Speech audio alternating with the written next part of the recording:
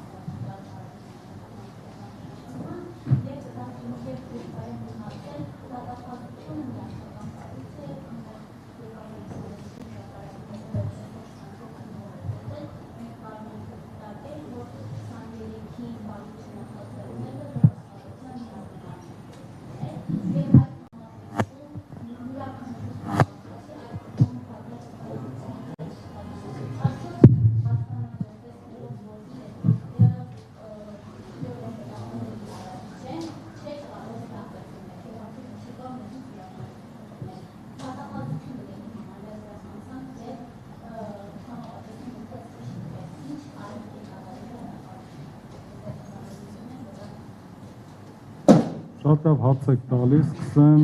այդ հեղաշրջում բառից, որին անդրադարձակ, այդ հարցը մենք դատանում ենք բարձրացրել, քանի որ քրեական օրենսգրքի համապատասխան հոդվածում որևէ տեղ հեղաշրջում բառը չկա, մենք քննիչին ու դատախազին հարցնում ենք, ասում ենք, լավ դուք ինչ եք հասկանում հեղաշրջում ասելով, որովհետև իրանք հատկապես շեշտադրումը դրել էին հեղաշրջում բառի վրա, մենք ինչ եք հասկանում, որևէ պատասխան չեղավ, մենք բացատրական բառարանից ներկայացրեցինք, որ հեղաշրջում մի քանի տեղ նշում է արմատական փոփոխություն, ու հեղափոխություն որոշ առումով եւ այլն։ Հիմա ասում ենք սրանից ի՞նչն եք դուք դիտարկում որպես իշխանություն զավթելու ուղղված կոչ։ Զերո արձագանք, միանշանակ եմ ասում, որևէ կերպ մեկնաբանություն չկա։ Այսինքն այս առումով նորից հեղաշրջում բառը որևէ կերպ չեն կարող իրենք տեղավորել այս հանցավոր տրամաբանության մեջ։ Գալիս ենք դատախազության դիրքորոշմանը, որ ասում են նոր լույսի ներքո ենք նայ։ Նման իրավական հասկացություններ չկա, դատախազությունը քաղաքական մարմին չի, ինչ որ չգիտեմ, փողոցում խոսացող մարդիկ չեն, իրենք պետության անունից մեղադրանք են ներկայացնում մարդուն եւ իրանք պարտավոր են գործել իրավաբանորեն, օրենքով։ Օրենքում չկա այդպես բան նոր լույսի ներքո։ Այս արարքը գիտեք ինչ կա ապահովների համակցություն, հիմա դա եմ ասում, կա ապահովների համակցություն, կա բոլոր հանգամանքների վերլուծություն, բայց երբ որ անձը նույն բանն է ասել,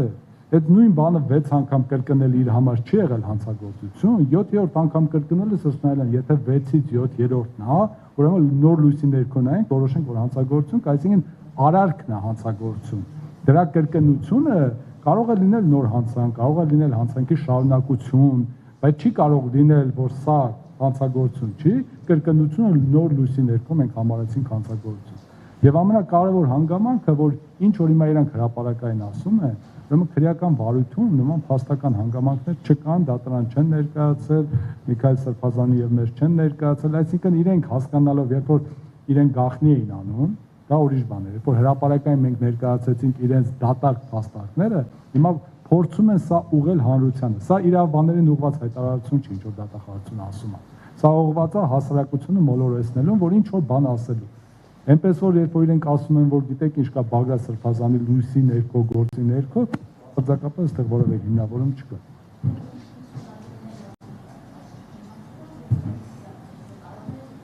Ուրեմն այդ հարցին կարճ անդրադարձել եմ, եւս մեկ անգամ կանդրադառնամ, երբ որ պետությունը իրավասու մարմինների մակարդակում գնահատական է տալիս որևէ արարքի, որևէ հայտարարության այդտեղ հանցագործություն չի տեսնում, դրանից հետո ցանկացած քաղաքացի լեգիտիմ ձևով պետք է հասկանա ակնկալի, որ սա հանցագործություն չի եւ ինքը կարող է այդ նույն գործողությունը կատարել։ Հիմա երբ որ դու ասում ես պետություն, որ Միքայել Սրբազանի հայտարարությունը ընդ որում տեսեք, ռազմական հեղաշրջում է պետք, գեներալիտետի միջոցով, ուժային կառույցների միջոցով, այս ամբողջը դու դիտարկել ես, որ հանցագործություն չկա, ուրեմն բոլորս պետք է ակնկալենք, որ այստեղ հանցագործություն չկա։ Եվ եթե հաջորդ անգամ նույն բանը ասենք դու դիտարկում ես հանցագործություն, ուրեմն շատ կարևոր բան կա, դատախազությունը իրավասու պետական մարմինը, երբ որ դիրքորոշումը փոխում է, ինքը պետք է շատ ծանրակշիռ փաստարկներ, այսինքն դու ունես մոտեցում, այս մոտեցումը պետք է կայուն լինի։ Եթե դու այդ կայունությունից շեղվում ես, ուրեմն պետք է 10 հստակ հիմնավորումներ, թե ինչու շեղվեցի։ Իրենք ոչինչ չեն տվել, իրենք ուղղակի ասում են Բագրատ Սրբազանի գործի լույսի ներքո, սա որևէ բան չի նշանակում, էլի իրավական որևէ փաստակ չի հանդիսանում։